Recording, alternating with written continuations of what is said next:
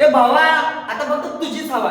आपला पॅटर्न एकच, जे परीक्षेला येते तेच शिकवणार आणि जे शिकवणार तेच परीक्षेला येणार. काय विचारलं इथं? गुणोत्तर प्रमाणावरचं एसबी किती प्रमाण विचारलंय? SB 3/4, SB 3/4. पुन्हा बीसी किती विचारलंय? 5/6. बीसी लिहिला इथं 5/6. आता काय करायचं? जेवढ्या रिकाम्या जागा ज्या लाईन मध्ये तेवढ्या भरायच्या. 4च्या लाईन मध्ये पुढे आहे मग परत पुन्हा 4 लिहिला आणि हा 5च्या लाईन मध्ये इकडे आहे मग परत पुन्हा 5 लिहिला. आता यांचा गुणाकार करूया. 5 त्रिक किती आला? 15 आणि इकडे किती आला? 5 चौक 20, 6 चौक 24. हा गुणाकार आला. आता विचारलंय काय? ए सी किती? मग ए आणि सी यांना काय करायचं? संक्षिप्त रूप द्यायचं. किती भाग जातोय? 3 ना. 3/5 15, 3/8 24. किती आहे उत्तर?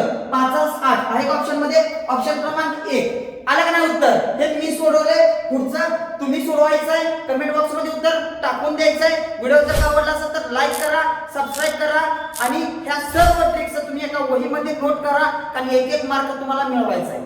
धन्यवाद.